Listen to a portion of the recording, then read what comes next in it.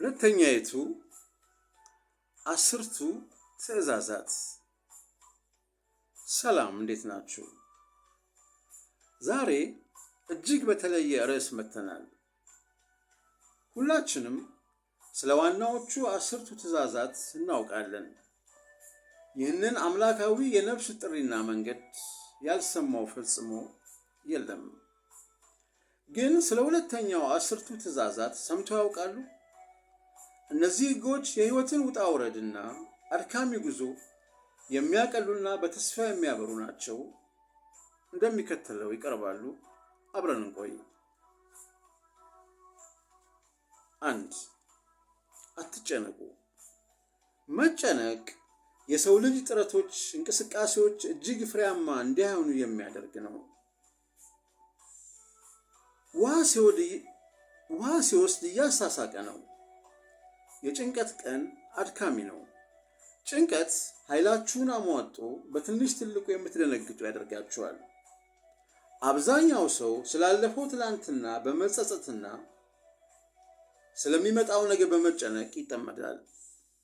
መኖርና መስራት ያለባችሁ ስለ ዛሬ ብሎም ስለ አሁን ብቻ መሆን አለበት። የቀረው የእናንተ ኃላፊነት አይደለም። በእርግጥ የእናንተ ኃላፊነት አይደለም ሲባል እውነቱ ጎምዛዛ ቢሆንም መቀበል ግዴታችን ነው። ምክንያቱም እኛ ሰዎች ከሰከንድ ሽፍራፊ በኋላ እንኳን ሊሆን የሚችለውን የማወቅ ስጦታ አልተሰጠንም። እኛ ማድረግ የምንችለው አሁንን መኖርና አሁንን በህይወት መቀጠል ብቻ ነው። 2. አትፍሩ። የምንፈራቸው አብዛኞቹ ነገሮች አያጋጥሙንም። በፍርሃት ውስጥ ሆነን ምላሽ ስንሰጥ እያንዳንዱ አጋጣሚ ቀውስ ያስከትልብናል። ፍርሃት ራስን የማስደሰት ስሜት ነው። የሆነን ነገር በምንፈራበት ጊዜ መልሶ እኛኑ እንዲያስፈራራን ጉልበት እንሰጠዋለን። መፍራት ያለባችሁ ራሱ ፍርሃትን እንጂ ክስተቶችን አይደለም። 3. ማንም ያደርገው ዘንድ ያልቻለውን ወደ ወንዙ ከመድረሱ በፊት ድልድዮችን አይሻገሩ።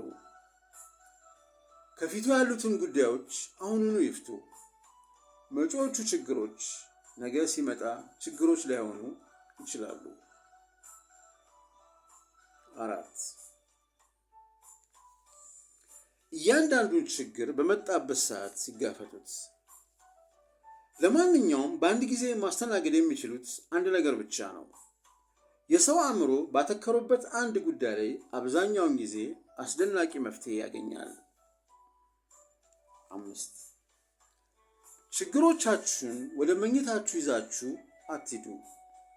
ይህ አይነቱ መጥፎ ልምምድ በጣም ደካማ የአልጋ ተጋሪ ጓደኛ ያደርጎታል።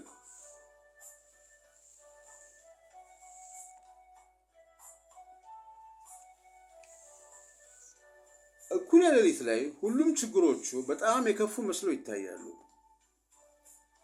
እኔ ስለ አንድ ችግር እያሰብኩ ከእንቅልፌ ከተነሳው ማለዳ ላይ ቀለል ያለኝ ይመስለኛል ብዬ ለራሴ እናገራለሁ እና ሁልጊዜም እንደዚያ ይሆናል። 6. የሌሎችን ሰዎች ችግሮች አይዋሱ። እነሱ እርስዎ ከሚችሉት በላይ ሊንከባከቧቸው ይችላሉ። ለተፈጠረ ችግር መፍትሄ ያመጣሉ ብለው ስላመኑ ብቻ ራስዎ ላይ ኋላ ላይ መቋቋም ወደማይችሉት መዘዝ ውስጥ አይክተቱ።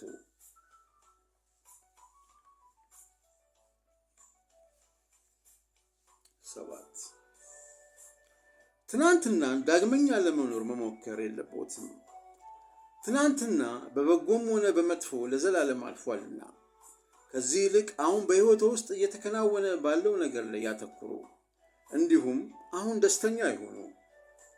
የተሻለ ሥራ ካገኘን፣ የበለጠ ገንዘብ ካገኘን፣ ትዳር ከያዝን፣ ልጅ ከወለድን፣ ትልቅ ቤትና መኪና ከገዛን ወዘተ በኋላ ሕይወት የተሻለ እንደሚሆንና ደስተኛ እንደምንሆን ራሳችን እናሳምናለን። እውነቱ ግን ከነዚህ ነገሮች የአንዱ ወይም የሁሉም መከናወን ምንም አይነት ለውጥ ሊፈጥር አለመቻሉ ነው። እዚህ ጋር ከአሜሪካ የነፃነት ሰነድ ላይ ባነበብኩት ጊዜ ሁሉ እጅግ የሚመስጠኝን አንድ ወርቃማ ቃል አካፍላችሁ። ከነዚህ መካከል የህይወት የነፃነትና ደስታን ለመፈለግ የሆኑ የተወሰኑ ሊታወቁ የማይችሉ መብቶች ተሰጥቶናል። ለራስዎ ደስታ ኃላፊው እርስዎ ብቻ ነዎት። 8 ጥሩ አድማጭ ይሁኑ። ምክንያቱም ከእርስዎ የተለየ ሀሳብ የሚያገኙት ሲያዳምጡ ብቻ ነው። ከአፎ ይልቅ በጆሮ ብዙ ሰዎችን ማሸነፍ ይችላሉ። መስማት ከሰውነት 5ቱ የስሜት ሕዋሳት አንዱ ነው። ማዳመጥ ግን ጥበብ ነው። ስኬታችሁ በማዳመጥ ላይ የተመሰረተ ሊሆን ይችላል። ብዙ ሰዎች የሚያዳምጣቸውን ሰው ነው መልሰው ለማዳመጥ ፈቃደኛ የሚሆኑት። የተደመጥን መስሎ ሲሰማን በቁም ነገር እንደተያዝንና የተናገርነው በእርግጥ አስፈላጊ እንደሆነ እንዲሰማን ያደርጋል። በማዳመጥ ብዙ ጥሩ ነገሮችን ሊማርኩ ይችላሉ። 9 በተስፋ መቁረጥ አረንቋ ውስጥ አይስመጡ። የተስፋ መቁረጥ 90%ቱ በሕይወትና በሁኔታዎች ከማማረር ውስጥ የሚመነጭ ሲሆን በአዎንታዊ እርምጃዎች ውስጥ ጣልቃ ይገባል። ተስፋ መቁረጥ መቼም ቢሆን ሁኔታዎችን አሻሽሎ አያውቅም። ይልቁንስ ጥሞና መውሰድ፣ ሐሳብን መሰብሰብና ትኩረታችሁን ወደ አዎንታዊ የመጀመሪያ እርምጃ አቅጣጫ ማዞር የተሻለ ነው። ከዚያም ከደረሳችሁበት ተነስታችሁ መንገዳችሁን ቀጥሉ። በረከታችሁን ቁጠሩ። ብዙ ትናንሽ በረከቶች ተደምረው ትልቅ በረከት ሊሆኑ ስለሚሆኑ ችላ አይበሏቸው።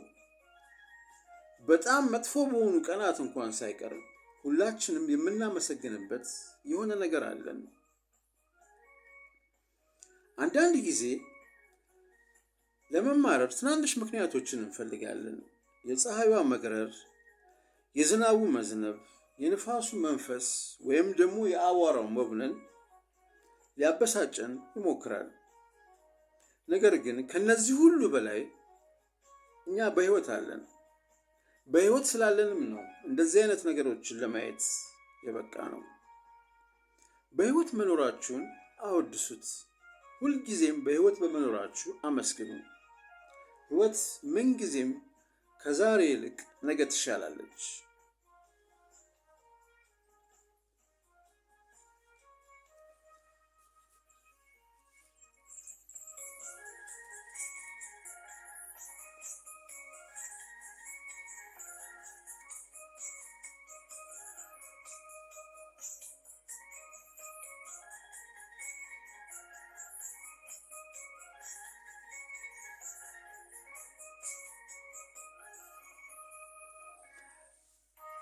እነዚህን 10 ትእዛዛት ብናከብር ለነፍሳችን እረፍትን፣ ለስጋችን ደግሞ በረከትን እናገኛለን። የዛሬውን ቪዲዮ እዚህ ላይ ያበቃን። ሼር፣ ኮሜንት፣ ላይክ እና ሰብስክራይብ በማድረግ ቤተሰብ እንድትሆኑ ስንጋብዝ በታላቅ ፍቅርና ደስታ ነው። በተጨማሪም የዚህ ቪዲዮ ሐሳብ ለአንድ ለምታውቁ ሰው ሊጠቅም ይችላልና ሼር አድርጉለት። መልካም ጊዜ ይሁንላችሁ። ቻው።